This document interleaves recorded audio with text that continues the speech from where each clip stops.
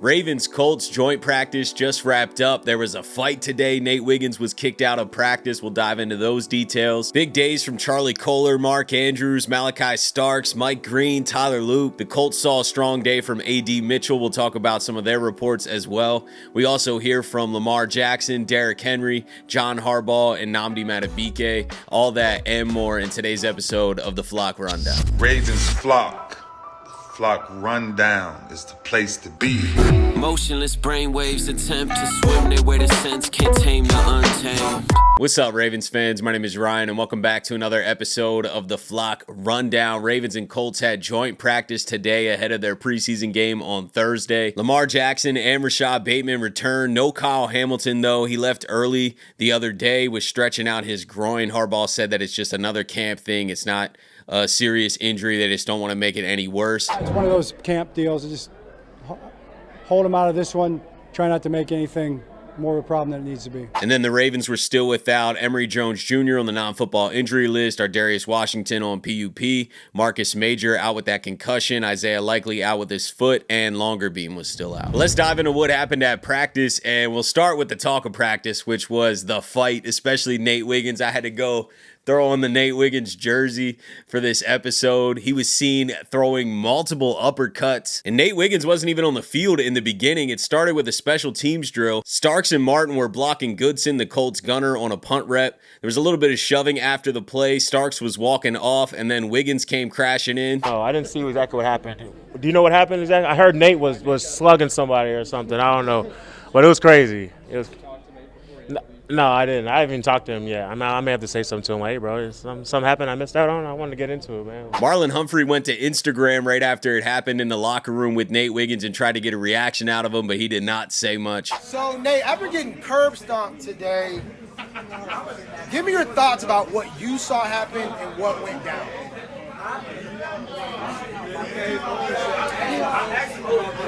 Kyle, what did you see? He's protecting his teammate with some haymakers. He's a good guy, though. We'll get you more information very soon. There was a big brawl like this the last time that the Ravens and Colts had joint practices, so I don't know what it is, man. It gets chippy on those special teams drills. A lot of guys fighting for roster spots. Not Nate Wiggins, though. I think he genuinely was just defending his teammate. He saw some pushing and shoving. He ran out there and got involved. And the rest is history. Yeah, got kicked out of practice, but got some uppercuts in. Shout out Nate Wiggins. Diving into the practice notes, Ravens offense was up and down today. Started out pretty strong. Lamar Jackson rolled out right, threw across his body, hit Bateman across the middle of the field. Ravens receivers did well in one-on-one drills. Flowers cooked, safety Marcel, Dabo. Guillory had a nice contested grab on Alex Johnson. Anthony Miller, terrific one-handed twisting grab on Cameron Bynum. And then Dayton Wade shake and go, beat Johnson deep. And then the Colts defense turned the tide, had a little bit more success in full team periods after that beginning.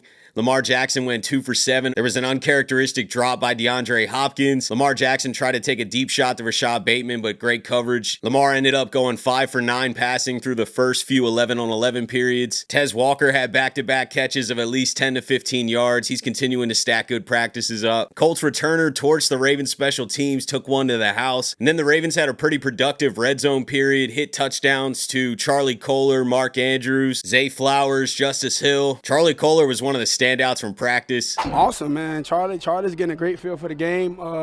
Looking like a little Mark and a little Isaiah out there in his own way, man. He coming along great. Well, Charlie, came in as a receiver. That's the interesting thing. And I do think he's grown as a receiver also, but he's really, probably his biggest growth came as a blocker because he never blocked, I don't think, one time at Iowa State, it doesn't seem like. Now he's kind of known as a blocker.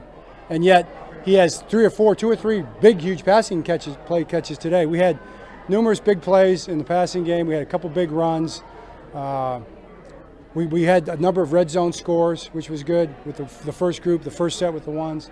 So those are all great things to see. And Charlie was a big part of that. Tyler Loop went 6 for 6, had field goals from 28, 33, 38, 41, 44, and 55 yards. In red zone drills, Jair Alexander did a lot of chirping after he prevented wide receiver Michael Pittman Jr. from reaching the end zone after making a catch. Short time later, Green and Brent Urban blew up a Colts inside run that was stopped short of the goal line. 6th-round pick LaJohntay Wester had a nice punt return up the middle of the field that could have been a touchdown. First-team offensive line had a solid day today, holding up a stout Colts defensive front, led by DeForest Buckner, who did get the upper hand on a few pass rushes. Right guard Daniel Fa'alele had a solid practice today. And then in the 2-minute drills, the Ravens offense did not have a lot of success, neither did the Colts. Lamar Jackson was picked off by Colts rookie Hunter Wohler. He was throwing across his body over the middle of the field on a scramble and got intercepted. Colts missed a 50-plus field goal to end their possession. And then Cooper Rush was picked off on the Ravens' other 2-minute drill. Defense did respond, though, and Mike Green got a sack after a Broderick Washington pressure. Mike Green was so busy. I can't tell you how excited I think me and a lot of other people that have been able to watch him to this point in camp are to watch him on Thursday night. Get some real game action, because that dude effortlessly gets after the quarterback. He continues to win early in reps. That's what I love the most about Mike Green, is that he doesn't do a lot of the fighting. He can, but he likes to get his victories early in the rep, which I love. Malaki Starks also had a really strong day. Oh, Malaki Starks. This was probably my favorite play that I saw on the defense. It was in a red zone drill, and I see Malaki Starks completely blow up a middle screen. How he got there, I can't tell you, but I saw him pre-snap, and all of a sudden, at the end of the play, I see the receiver get wrapped up as soon as he catches the ball, and I'm looking through the traffic to see who it is. Sure enough, it's number 24. He was outstanding to me today. Another Malaki Starks play that I have is on a read option that Daniel Jones decided to keep, and he would have gotten a lot of yardage on that play if Malaki Starks didn't beat his one-on-one matchup in the open field to wrap Daniel Jones up. I was really impressed with that. Heading over to some of the Colts reports that I found, A.D. Mitchell had a really strong day today. Also, Josh Downs was strong today. And Josh Downs, similar to Zay Flowers, how Zay Flowers is really tough to guard in one-on-one situations because he's so twitchy and quick. Josh Downs is that exact same way. And you combine that with his hands, Josh Downs is a problem, and he gave the Ravens secondary quite a few fits today. And then Jonathan Taylor also stood out today. Madubuike talked about how they got better just by going against him and learning how to be more patient. Definitely got to lean more on the fundamentals. Jonathan Taylor, he was hitting those guys real late. And, sometimes when you have the B-gap integrity, you think he's on the C, but he's really waiting for you to peek and see, and then he hits the B-gap. So it's like, oh, okay, you need to be more gap integrity in your B-gap. So I think stuff like that is good to be tested with in these joint practices, and it gets us better as a team. Good and bad moments from both teams, but that's how practice goes, man. It's overall a good day of work for both teams. I think both teams definitely got better today. Charlie Kolar had a really standout day. Seems like he was the star of the practice. Multiple big catches, a touchdown. Also, Mark Andrews. Seemed like Lamar Jackson was finding Kolar and Andrews for the most part today. They were the shining spots of the offense. Also, some nice runs from Derrick Henry and Keaton Mitchell. It's hard to judge the run game, though. I've been saying that all training camp. I mean, they're not tackling to the ground, so it is very hard to judge the run game. Huge days for Mike Green and Malaki Starks, the Ravens' top 2 rookies, and I love hearing that, man. I mean, Mike Green is flashing every single time we see him. Also, really nice to hear that Malaki Starks is out there making a bunch of different plays against another opponent.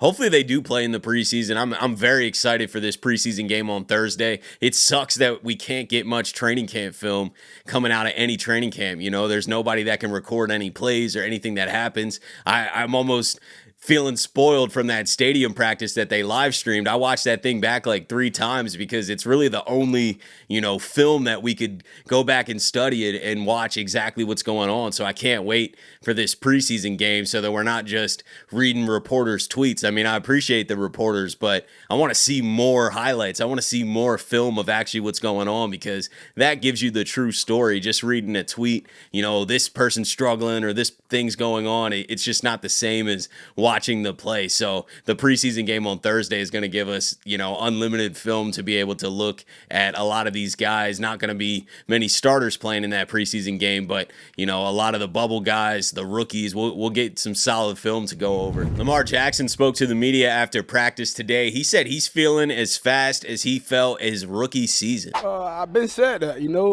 except when I got a little bulky. I was kind of tired a little bit. That's why I had to get that weight off of me. But I feel good. I feel like I did my rookie year, speed-wise, mobility-wise. I feel great. Nnamdi Madubuike also spoke to the media today. He talked about the pairing of him and Travis Jones and their growth together and what they're expecting to do this season. We were very, very more coordinated than we've ever been this whole year. This past offseason, we've been working together in games, working together in communication.